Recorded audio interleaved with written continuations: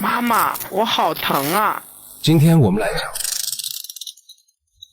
講平岡都分屍案。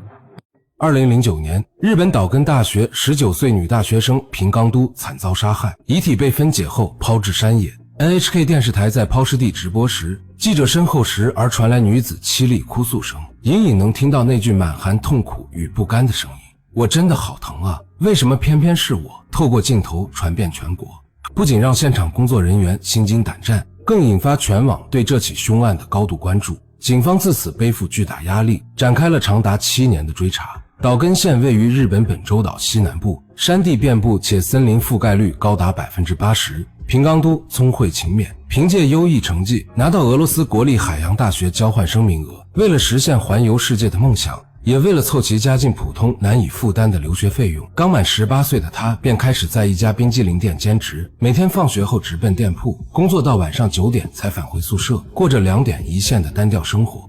2009年10月，讀大2的平岡都即將開啟留學之旅，也終於攢夠了費用，正準備向店鋪提出離職。可就在幸福觸手可及的時刻，命運卻將他推向深淵。10月27日晚，平岡都的父母接到其同事的電話，這才得知女兒既沒上班，也失聯多時。夫妻倆急忙聯繫女兒室友，得到的回復讓他們如墜冰窟。平岡都自前一晚後就再也沒回過宿舍。島根縣警局接到報警時，平岡都失蹤尚不足24小時，警方僅將其當作普通失蹤案處理，一邊走訪調查，一邊調取周邊監控。商場監控顯示，10月26日晚9點16分，平岡都身着黑白條紋上衣，拎着一袋垃圾走出商场。從打工的冰激凌店回學校有2條路可選，一條是直線距離僅2公里的森林小路，但這條路隱蔽陰暗，沒有路燈，行人稀少；另一條是沿森林外圍修建的商業街，路程是小路的4倍，需乘坐大巴往返。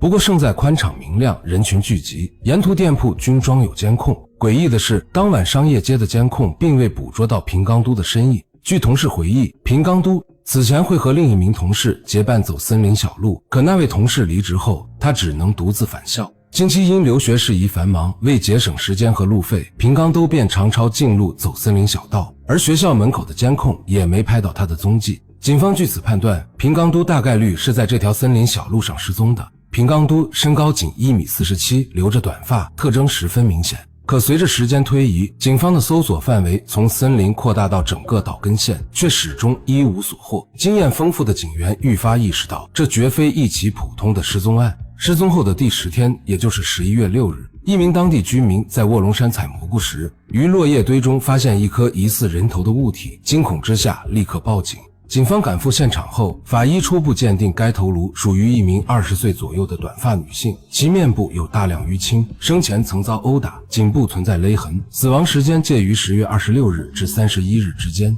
這些特徵與失蹤的平岡都高度吻合。後續的 DNA 檢測也證實，這顆頭顱的主人正是平岡都。案件性質隨即轉變為惡性殺人案，警方立刻封鎖臥龍山，展開地毯式搜索。11月7日，警方在臥龍山入口附近找到被野生動物啃食過的左大腿骨。11月8日，在山的東邊發現了沒有四肢的軀幹，軀幹一絲不掛，內臟被掏空，生殖器官遭割除，且下體有焚燒痕跡。警方推測，兇手此舉不僅是為滿足變態心理，更是為了掩蓋性侵時留下的 DNA 痕跡。此後，警方又陸續在登山口300米處找到平岡都的其他身體組織以及一些人類指甲，經檢測均屬於平岡都。技術勘查表明，臥龍山只是拋屍現場，並非第一案發現場。警方將山體周圍的閒置房屋翻查殆盡，卻沒能找到任何線索，由此斷定平岡都是在別處遇害後被分屍，再運至臥龍山拋屍。一名臥龍山附近的居民提供線索稱，平岡都失蹤後的幾天裡，每晚9點左右，他都能看到一輛白色轎車飛速駛入臥龍山，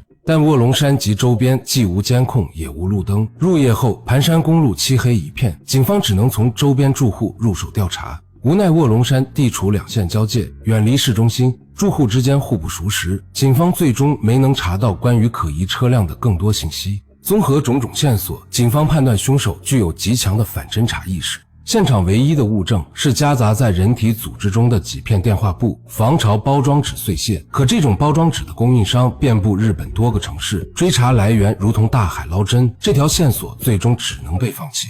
警方轉而調查平岡都的人際關係，可從老師和同學的口中得知，這個身高不足1.5米的女孩性格開朗，待人謙遜，平日裡不是學習就是打工，偶爾還會去做義工，從未與人結怨，也沒有男朋友，仇殺和情殺的可能性被徹底排除，案件就此陷入僵局。與此同時，案件細節的曝光引發了島根縣的社會恐慌，街頭巷尾的電視循環報道案情，報紙頭版全被這起兇案佔據。家長嚴禁子女夜間外出，島根大學也將門禁時間從午夜12點提前至晚上10點。而 NHK 電視台那場直播中傳出的詭異哭聲，更是讓各種靈異說法在全國蔓延，民眾紛紛相信這是平岡都的冤魂在哭訴。為盡快破案，島根縣設立了300萬日元的懸賞金，民眾提供的線索源源不斷。據統計，警方累計派出31萬人次警力篩查線索，日本警察廳最高長官甚至出席了平岡都的葬禮，當众發誓必将凶手繩之以法。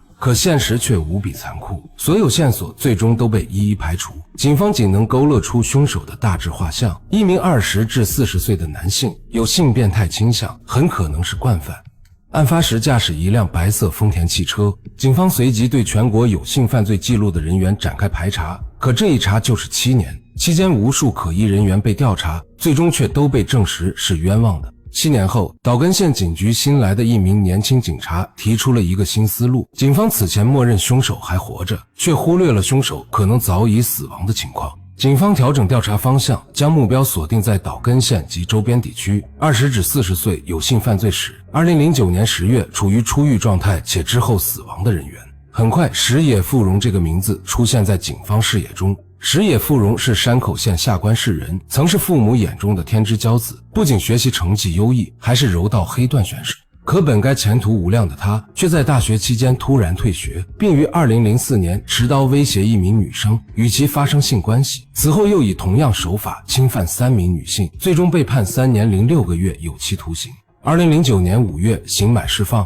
出獄後在島根大學附近的一家太陽能公司做銷售。為尋找確鑿證據，警方前往石野富榮家中調查，此時他的家人只剩弟弟1人。警方在屋內搜到石野富榮的數碼相機和儲存卡，恢復被刪除的數據後，平岡都遇害的全過程清晰地呈現在眼前。相機中儲存的57張照片，完整記錄了平岡都被誘騙上車、綁架、性侵、勒死，直至分屍的每一個細節。石野富榮的腳印也意外出現在照片裡，鐵證如山。2016年12月20日，警方正式宣布這起懸案結案。可諷刺的是，當所有證據都指向石野富榮時，他早已命喪黄泉，警方最終無法對其提起公訴。更令人震驚的是，石野富榮的死亡時間和過程都透着詭異，他正是2009年11月8日山口縣那場離奇車禍的遇難者之一。11月6日，也就是平岡都的遺體被發現的當天，一向從不請假的石野富榮突然向公司請假。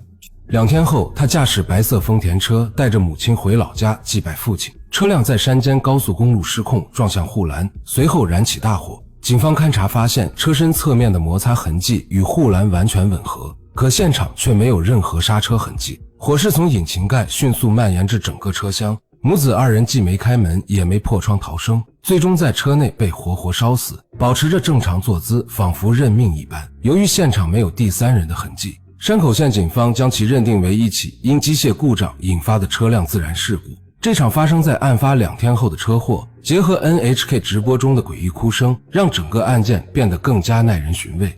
在日本靈魂不滅的生死觀影響下，許多人堅信這是平岡都的冤魂復仇，但也有人提出其他猜測。有人認為真兇其實是石野富榮的弟弟，他為轉移自身罪行，嫁禍給有前科的哥哥，並動手腳制造車禍，讓哥哥死無對證。也有人覺得是石野富榮畏罪自殺，或是平岡都的親友伺機復仇。真相雖已大白，可關於這場車禍的種種疑問卻至今沒有定論，留給世人無盡的猜測。